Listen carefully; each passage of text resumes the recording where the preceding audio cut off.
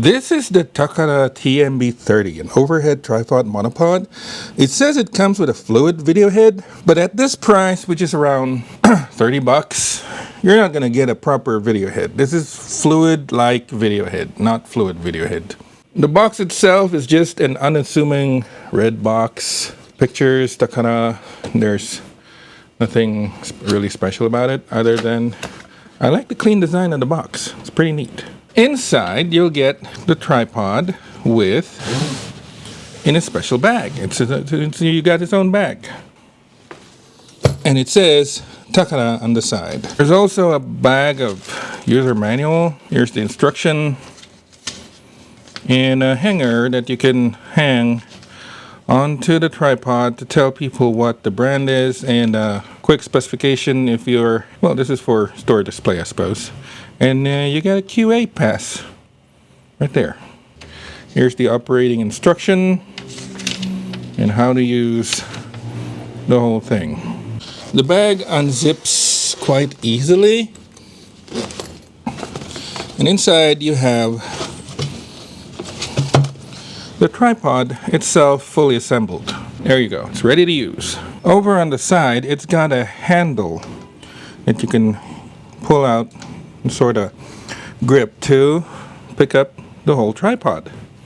And you can just hold it like this and you can take it out. And on one of, you can open the tripod like this, and as you can see,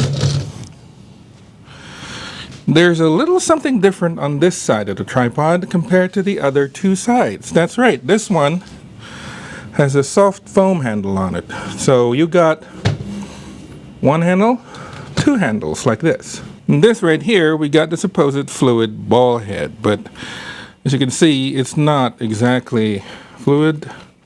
It's just one of those smoothly moving regular ball head that's fluid-like. There's no fluid inside here. If you've ever held a fluid ball head, you know what it looks like. It doesn't look like this at all. But it moves around smoothly just like a fluid ball head. And you can unscrew this and pull the entire upper mechanism out, and now you got your own monopod. So you can just stick this like that, and that's an entire monopod. And this tripod works as an overhead tripod. All you got to do is just stick it right there, and now you got a horizontal tripod where you just put your camera right there and it's going to point down and you can shoot with it. However you're going to do it, just make sure to tighten the screw and it'll hold tight. And the tripod itself is pretty rigid. It's pretty good for what it is right now. Just make sure that when you're hanging a camera right there, that the tripod will not tip over, because you might want to turn this to an entire leg right down there. That way, if your camera kind of pushes down, you'll just push it down to the tripod leg right there, instead of, say, if you got it on a short side like that, if the camera pushes down, you can just tip over the whole thing. So watch out for that. You can always adjust the length of how far out you want to set your camera in. And this is how far you should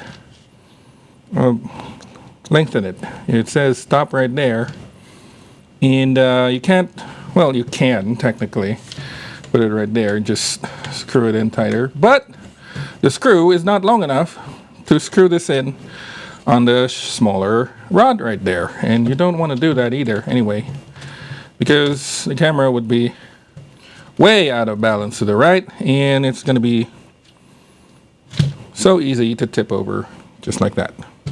So yeah, that's pretty much the horizontal function, and the rod itself functions as a monopod, like I mentioned before. If you want to use it as a regular tripod, just put it in like that, and now it's a tripod. It's an entire tripod. Each of the leg has 3 segments that you can just unlock and pull out, just like that. And just be careful when you turn it upside down, because this thing slides out pretty easily, and the only thing that's holding it back is just this screw pin right there. So if there's a mass up here that's kind of heavy, especially if you have a huge camera, it will slide out just like that. And if you turn it upside down, you may risk dropping your camera topside down. So you want to be careful with that. And just a word of caution, if you're turning this thing around a bit too hard, it's going to slip off and unplugs itself just like that. It'll pop out, and there's this ridged thing that you need to pop back in. That's the only thing that's holding it back. So you're probably going to want to use a plier or something just to push it back in like that. But in this case, my plier isn't strong enough. So what I'll do is I'm just gonna squeeze it using my bench vise and push it back in like that, and it should pop back in. But yeah, that's kind of basically the weak point of this design. You need that little screw to tighten this side in, but if you tighten it too strongly, it'll just pop right out. So just like that, see? Just pops out like that. So yeah, if you want to fix that permanently, you're going to need silicone to glue it in. Now here's the deal. They use the same mechanism on almost all of the screws here. That's the same mechanism right there. So if you tighten these things too tight, the ring will also just pop out and defeat the system entirely.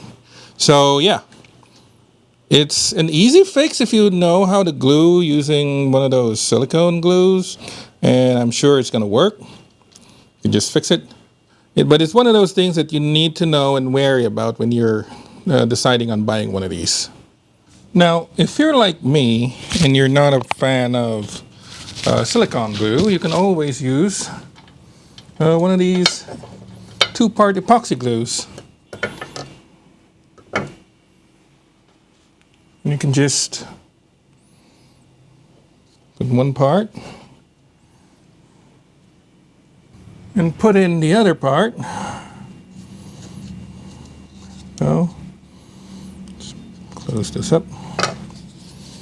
And then mix the 2 parts together, and we have a strong epoxy glue. There we go. That should be strong enough. Now let me screw this in and smother epoxy glue all around it rather thoroughly.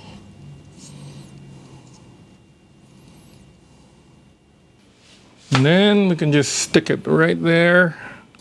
And now the epoxied in part should be much stronger than before.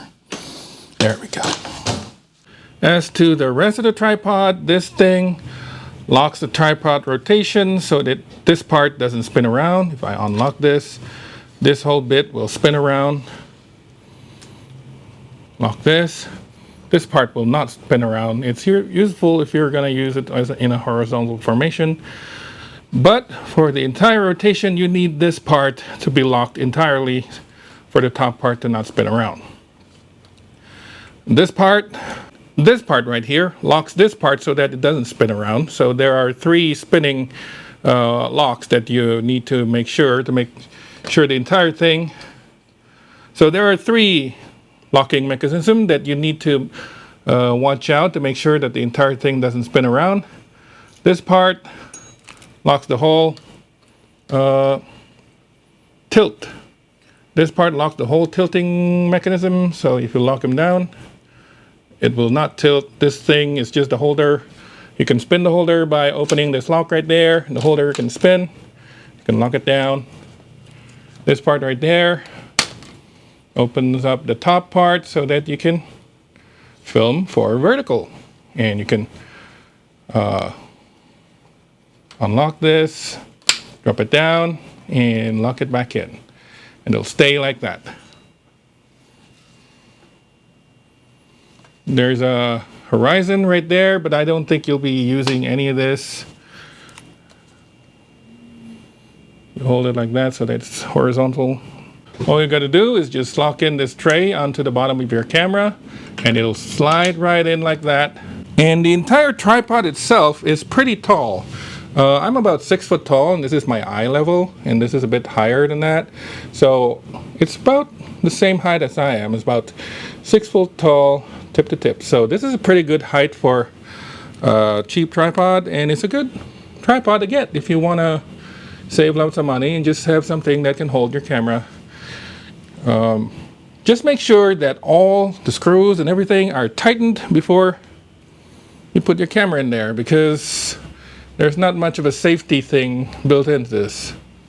And there's a bit of a locking mechanism, so you got to kind of push it down and it pops in, and you can lock this part. And now the plate will stay in there, and it's pretty tight. It's a good lock. So yeah, that's pretty much the tripod, and that's how I fix my brand new tripod. And thank you for watching, and don't forget to subscribe.